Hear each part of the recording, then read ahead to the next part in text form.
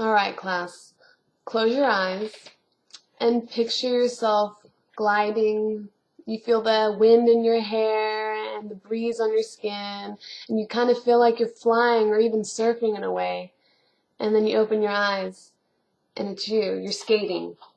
This is what skateboarding has done for a lot of people, and this is the feeling it gives, and that's why it's gained such popularity with a lot of individuals.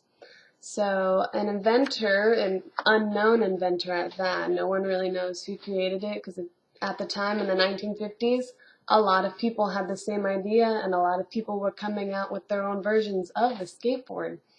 So ever since the skateboard, it's been kind of a up down sort of popularity contest with it. In the beginning, it was a huge hit, but until about 1965, because of its rough body style and the fact that it had raw materials like clay, that's what they used for the wheels, there were a lot more accidents, and so there was a bit more broken bones, and so the popularity with skateboards actually declined. Up until then, in 1975, a man named Frank Nasworthy created what we use today. They're urethane wheels.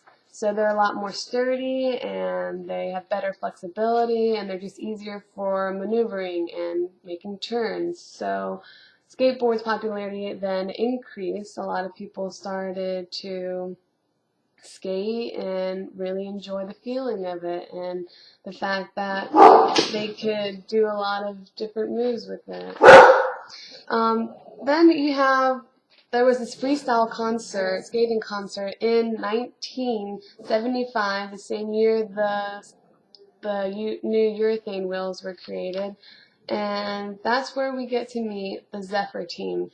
And if you've ever seen The Lords of Dogtown, that movie's about that team, and they were actually also called the B-Boys.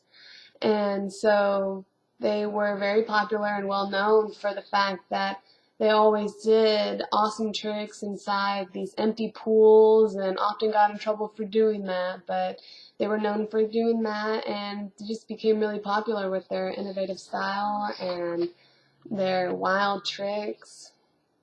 And so then you have Alan, nicknamed Ollie Gelfand, and you could see why. He was the first to ever accomplish the Ollie.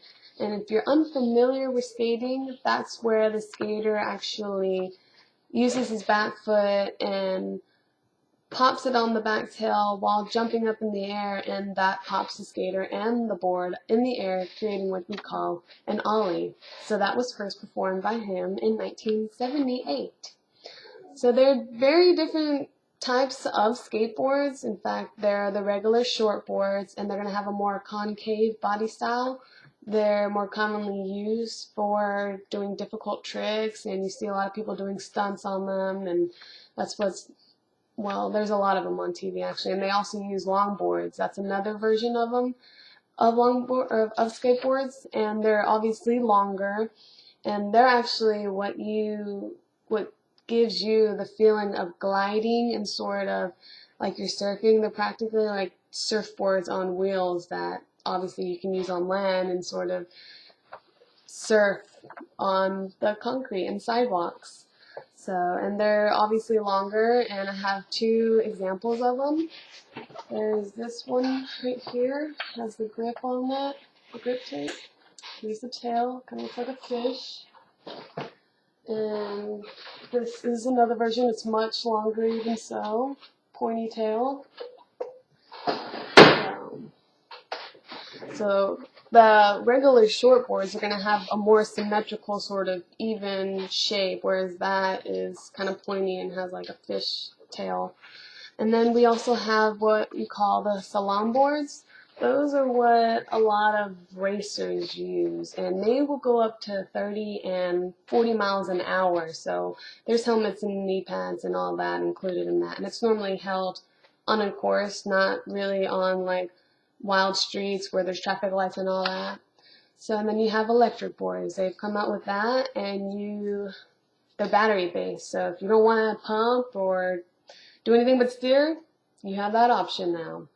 And then the purpose and functionality of a skateboard is, first it was used for recreational uses and fun, but now with like the gas prices and everything going up so high, it's actually used. A lot of people are using them for close proximity transportation, and it's a good form of travel for them. So, and then it's also a huge entity, and it has its own X Games. Skateboards is involved with that, along with motocross and bikers. And so they've actually raked in an estimated $5.7 billion, and this is annually. So they're making a killing, really, when it comes to that. So they're a huge enterprise. And so I hope this speech has informed you about the history and the variations of skateboards, as well as its functionality and purposes.